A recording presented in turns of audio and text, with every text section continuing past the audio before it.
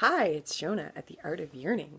I am here for a Tuesday tune-up. I'm pretty excited. I'm going to start doing these again on a regular basis. This week, I want to talk to you about, it was actually a cartoon that I saw that had a really insightful way of describing a particular problem.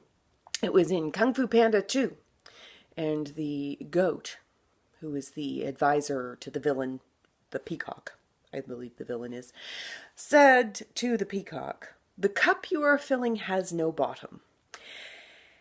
And I said, oh, that's a perfect description of the problem that so many of us are having.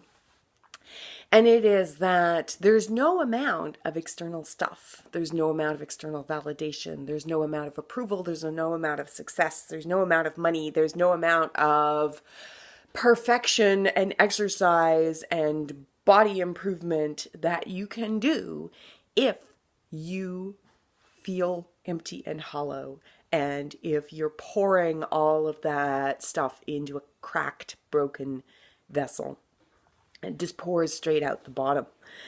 And so our need for all of those things becomes way more, well, it's I guess it's infinite. I think that's one of the things that the sort of economic principle presumes, that happiness isn't possible and satisfaction of needs is not possible, and so people's wants and desires are infinite. And there's lots of good meditation practices that actually will help you resolve that problem. So the fact of having a cracked cup or a cup with no bottom leads us to particular kinds of practices. And the ones that I have found after many years of experimenting with different meditation practices and discovering that there are certainly aspects of myself where there's no bottom and the cup is cracked, and I can get I could, when I was younger, get all the good grades in the world and never feel like it was good enough. Extreme imposter complex.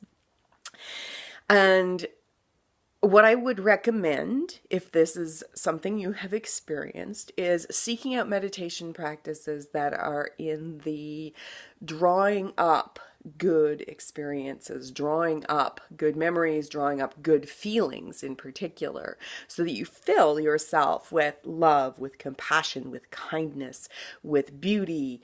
The loving kindness meditation is extremely powerful for this, because you fill yourself with love, and you fill yourself with love and you share it with the world, and it's an expansive and opening kind of meditation practice. The other thing that's really good for filling the broken cup is the gratitude practices that are recommended by Martin Seligman in the Positive Psychology and his book Flourish.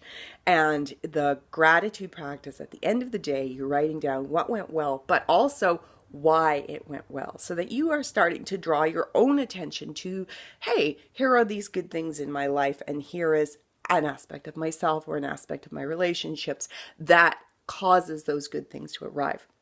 So it refocuses your attention upon those good things. So those are two effective methods I've found for filling the cracks in the cup.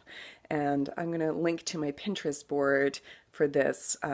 It's the Anthem board, which has pictures of things that have cracks, where the cracks either are filled with light or they're filled with the gold in one case. That's making reference to the Leonard Cohen song, which says there's a crack in everything. That's where the light gets in. But in this case, what you want is, you want the crack. You want to be open. You want to be able to let love pour out. But you also want a nice, solid foundation, a base which holds it in, so you don't just have that pouring through of good things and they never stick. So this is how we're going to strengthen the container of the self, so that those good things fill us instead of just pouring straight through to somewhere else. So that's my Tuesday tune-up. It's Shona Lee. I'm at the Art of Yearning. I will be back next week.